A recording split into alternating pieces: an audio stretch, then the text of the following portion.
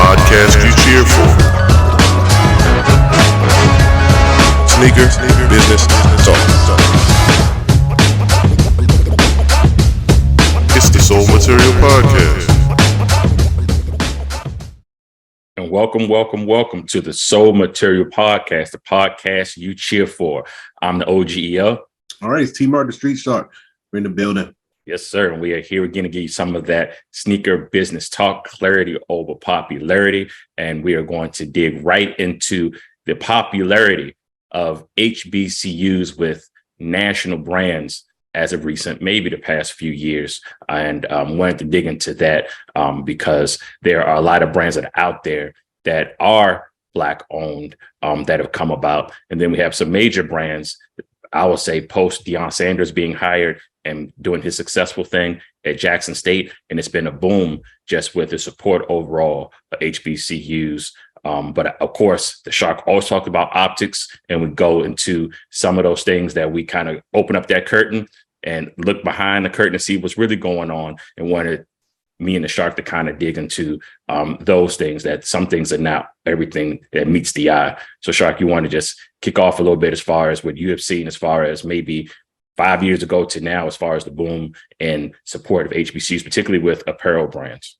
Yeah, I'll actually just put a bookmark, and just say, George Floyd, that's the bookmark of the timeline of history to say this is when a lot more people started to care for whatever reason afterwards. And then that meant that a lot of brands and businesses had, we were in an era where they were forced to reevaluate their ethics and their morals and how they really, how inclusive everyone really was, and I felt like, especially with the NBA and the bubble and Black Lives Matter, one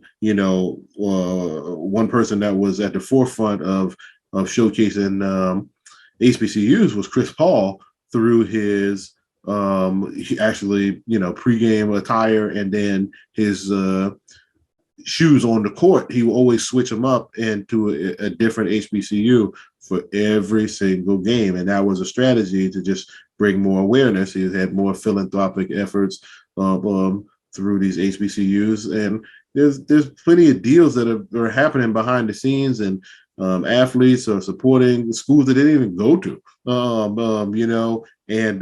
but understanding that we are one when it comes to this, community of people of color. So whether, one of the reasons why HBCUs are where they're at and can't break the tier of the next level is because of the resources. It's an arms race. I think that's what Coach Prime, Deion Sanders, brought about in his evolution in coaching with his Prime Academy. That didn't work out very well, but learning those lessons and then taking them on to Jackson State. There's plenty other other players, former players that have taken on roles, and some were before Deion, some were inspired after him, and just turning the program around and getting the Under Armour deal and getting them all the gear and the NIL deals that came with it. It's a wave of kids caring more about actually playing for these schools making it just okay, because we go back in time, it wasn't a thing. Some of the top Black athletes, were, no matter where they're at in the country, you just didn't have opportunities to go to some of these schools. So HBCU, that's why you made it to the HBCU. So there was more talent back in the day, certain sports, especially like basketball. But now, I think that there's just a wealth of opportunities. The NBA has their own HBCU Classic now, a part of like All-Star Weekend and everything like that. So that's an awareness. So people are doing it right, and being conscious, and investing in learning more about their business and personal journey of diversity, equity, inclusion, because it is a journey. And everyone's on a different spoke on that, and you have to acknowledge where everyone's at. And then the other side was the commercialization, and that's the clarity over popularity that we want to provide here Definitely. is that, as much as it was feel good to embrace the Black community and HBCUs, that, here comes the cookie cutters and monetization from bigger brands that don't have any affiliation with this stuff. But there's a lot of cause marketing going on post George Floyd. There's a lot of, even at the level of Gen Z in their purchasing habits and how their affiliations to nonprofits and causes, I want to buy a product because the proceeds go towards something else for, a good cause or something. But it makes them feel like their stuff is going farther. So when you slap HBCU on stuff, it's this impaired, you better read between the lines and see where that money really going. Are they really helping HBCUs, or did they slap this, on a T-shirt and color it black, red, and green? And that's where. And Martin, that's where I have my issue, because particularly our latter part of our college years and when we initially graduated, let's talk about Mitchell Ness for a second. When that jersey era exploded and they had a few years of just whatever they did was rocket fire and they were profiting. And like you said, with this cause marketing and so forth, I have nothing against what they did as far as having their HBCU line and donating some proceeds to the Thurgood Marshall Fund and so forth. But I'm saying to myself, where was that in the 2000s when you guys were at your peak as far as where you were profiting and so forth? So I understand where there can be some consciousness and some reevaluating, but HBCU's been around and been lacking resources for how long, Tony, before you and I were even born. So it's interesting, but shout out to Chris Paul, because he did really, I remember when he broke out the historically fresh hoodie, and shout out to him. And then the support Black colleges hoodie and what he was wearing, because, right now the walkway going into the locker room before the game is the big thing. But there are some brands that, like you said, I just kind of question if they're going to continue this throughout, or is it just a hot button topic now? Show you guys I care a little bit, here's a little bit on the side, and then on to their thing. Yeah, I mean, again, so it's just like trace the money, who's at, because, post George Floyd, people start caring about Juneteenth. As like, as if that was new, and I actually, studied some of this, is that, like, in particular, Juneteenth became like an extra holiday at party supply stores, right? So it was just like, wait a second, now it's green and red ribbons and Juneteenth and kente cloth and like, what is this? It reminds me of the episode of the Jamie Foxx show where him and Fancy went on the date with the couple that did their had their book and motivational speaking, and then by the end of it, Classic. they were woke and had their kente cloth and stuff, and by the end they reversed it, and then they was the ones fighting and stuff like that. Classic. Like that's like, who's really in charge here? Like, you're not paying attention to the authenticity of who is represented. So like with that reference, I remember reading cases of if I'm not mistaken, it was Giant Foods recalled Juneteenth ice cream. And it was just like, y'all didn't do this for no other holiday. You know what I'm saying? And because you want to, get woke and get in touch with Black people, that's not what you're doing. You're trying to monetize off of Black consciousness, and now that everyone wants to acknowledge something, you find a way to monetize off of the celebration or whatever people's going to do. I'm sorry, but none of those party supply companies are Black owned or distributing any money to trickle back down. All right, the same people making regular stuff, get well soon stuff, is the same people that wanted to pop up with Juneteenth stuff. Now the HBCU stuff, back to some of these brands, I'm not a fan. If you're going to support HBCUs, either one, explicitly give money back. Two, I'd like you to actually get the real license so that more residual money goes back to the school. And you brand the school correctly, not just in name, but in likeliness. You know what I mean? That's a part of the equity of the individual schools of the HBCUs. So purchase the license and do it correctly, please, if you're going to slap logos on there. Otherwise, you say what you want about Mitchell & Ness. I actually have one of the pieces or a t-shirt or something like that, but the only reason I had a t-shirt is because it was on super sale and I had discounts on top of it, because all of that stuff got marked down crazy, which means it didn't sell. There you go.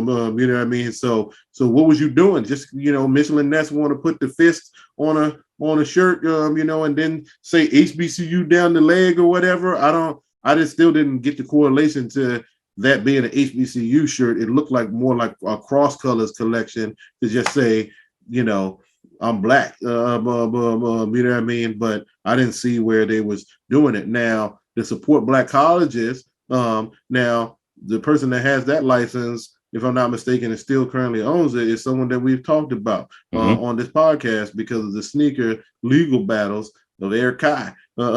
But I knew him because of the support black colleges before he was even doing sneakers and doing any of that stuff, because I was just interested in the person that owned that license. And then, so the support black colleges shirts that like Chris Paul was wearing and stuff like that, like there are knockoffs of that, but the original ones, the original license from the one back in the day that you saw Queen Latifah wearing on Living Single and everything like that, support black colleges, Will Smith, Fresh Prince, Martin, the Kai owns the license for that. Yeah, you know what I mean? Which is why he was able to actually make shoes with the HBCU logos. Now, those I was actually cool with. You know what I mean? Because you're executing a license very well. But it's it's the silhouette and everything else that you have a different issue with. You know what I'm saying?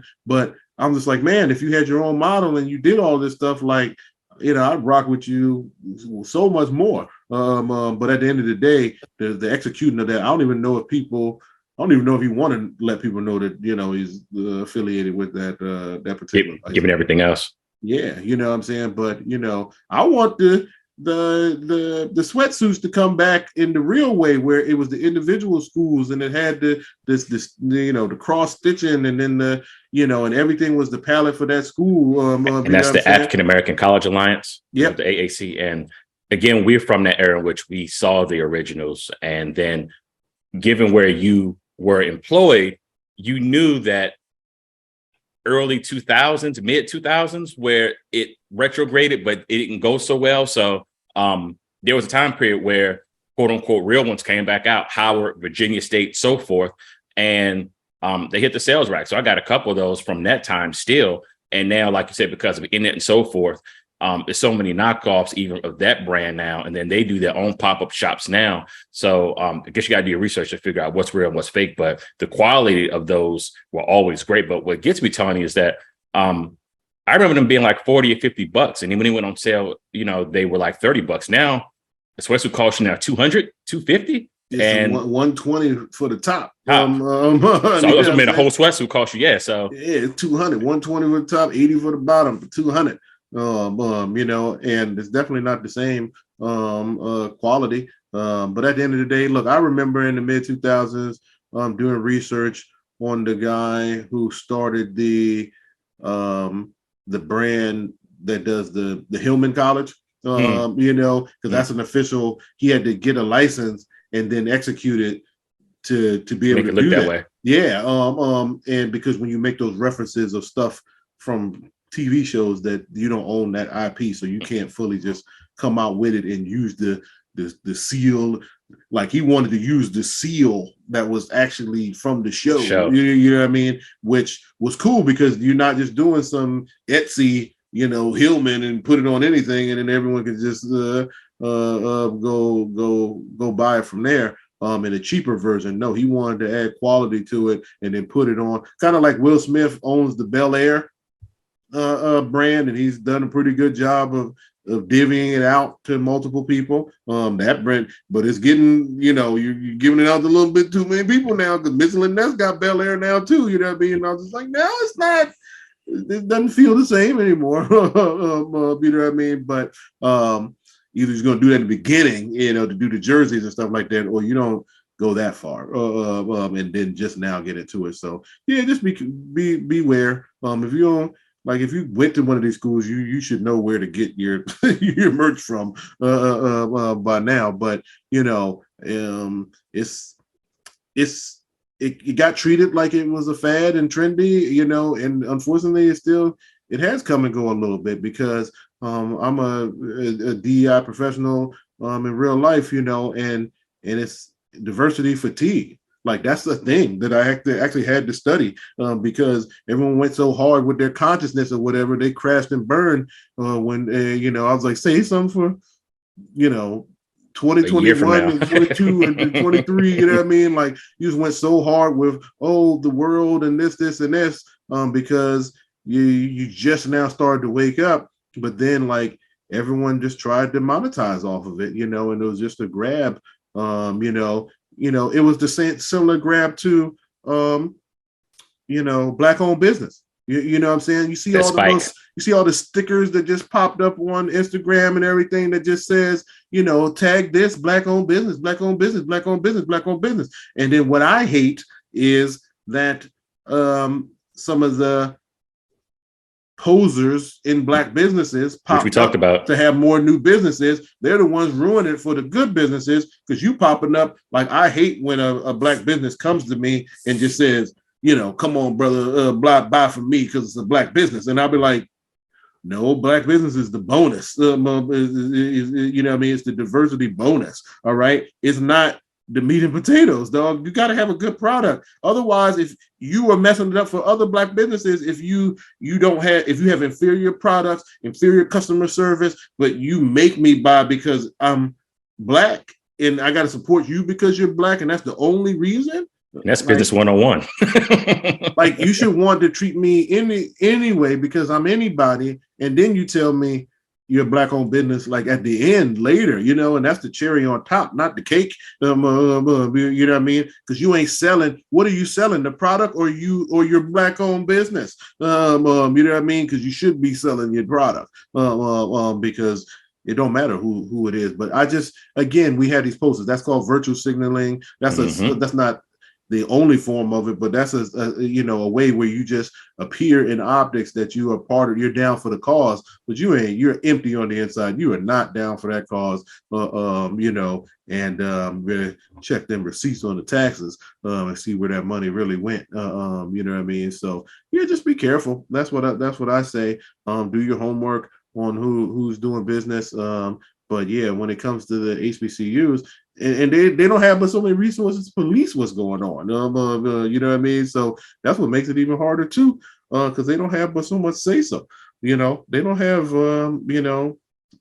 something get wild with the way they represent. University of infringement lawsuit. They had Miami or something like somebody. The other schools got way more money to cease and desist. So there's probably plenty of bootlegging going on with HBCU. So it's just like fine. With Coach Prime, you got Ed Reed, you got, Eddie George, so you got a number of, what was the former coach? Actually it's a couple of them, because from the Bengals, he's HBCU coach, and then Hugh Jackson is over at Grambling. Yeah, he was at Grambling too for a little bit. You know what I mean? So, we've had some talent to, this is for them. It starts with the kids believing, within these programs. I think you need a little more success for the merchandising to come into play. I like, LeBron having to deal with Florida A&M exclusively to outfit them, so they giving them. Shout out to that release. Yeah, so that was a very nice shoot. Some exclusive stuff. Your favorites. That model. That 7, so they came out and some alternate colors and everything like that, and we'll see. Jordan Brand has a deal with Howard University, so they're doing good. Shout out to Curry because he has a deal with Howard's golf team exclusively because he kind of resurrected and started that whole program from scratch. So he still gets to support that deal. So it's not across all sports for that Jordan deal.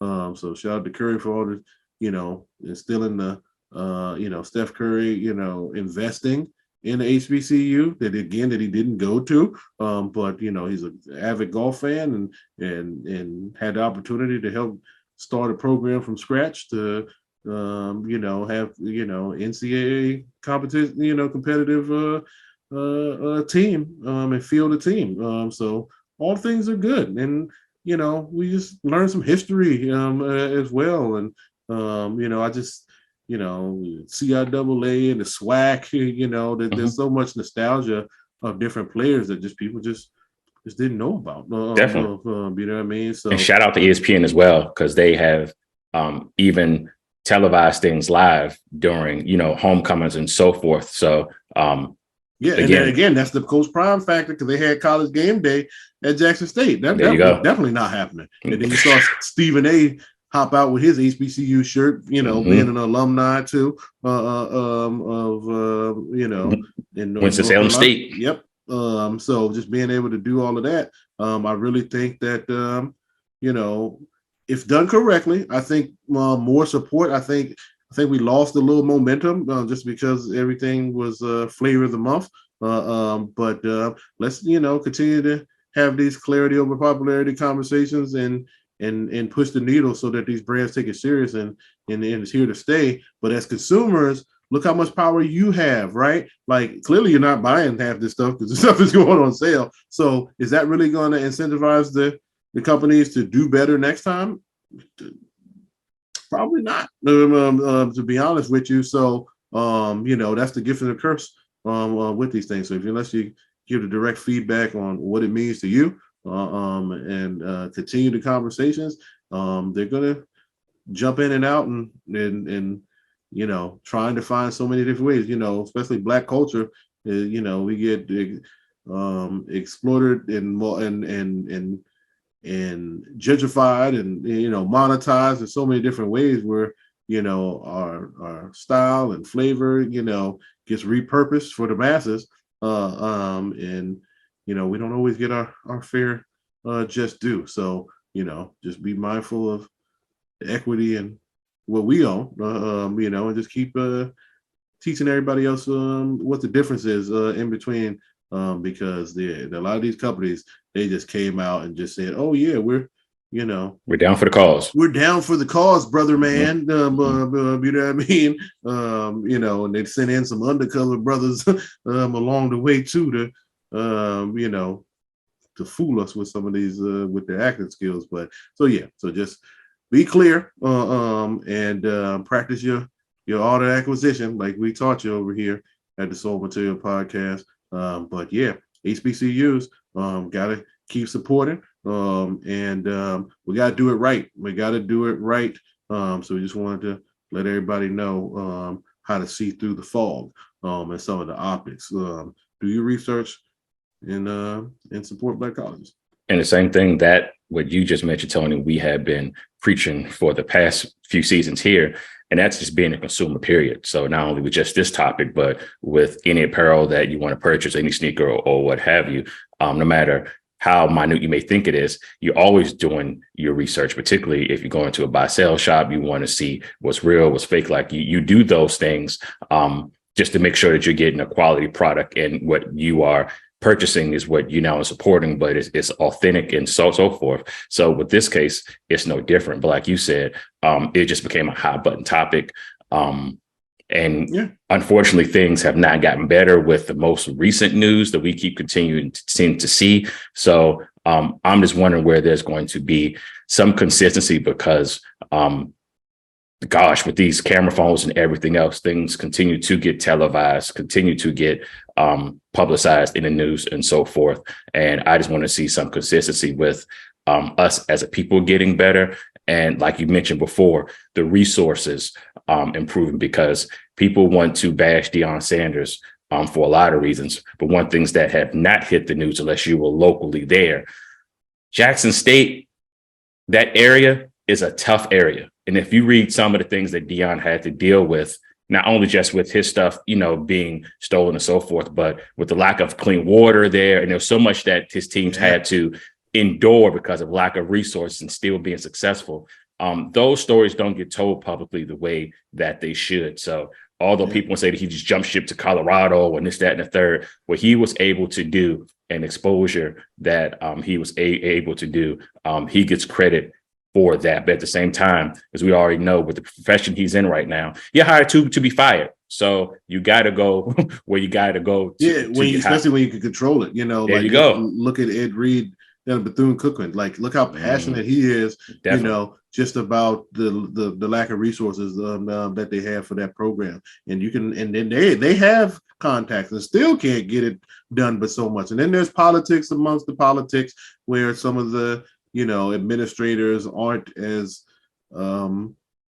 serious about helping the kids as everyone else, because it's business for them first. You know what I mean? So that's why Dion hinted at some of those ticket sales. Like, I'm selling everything out, but somehow y'all under the minimum of the ticket sale volume that says that I get commission. But you standing room on, you built extra seats and everything like that, but somehow you're always underneath the threshold. No, something's not adding up. And why do you pull this off on your own? You know what I mean? So I know we got so much to clean up, like you said, for our own people, but at the end of the day, like when it comes to HBCUs and the brand and the way that it's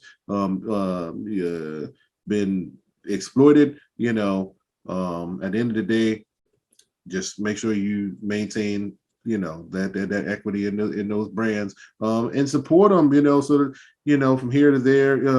But I say that because, again, we just talked about how stuff just went on sale and no one bought anything. Clarence. So it's just like, you're not, so we'll see what this looks like in the future.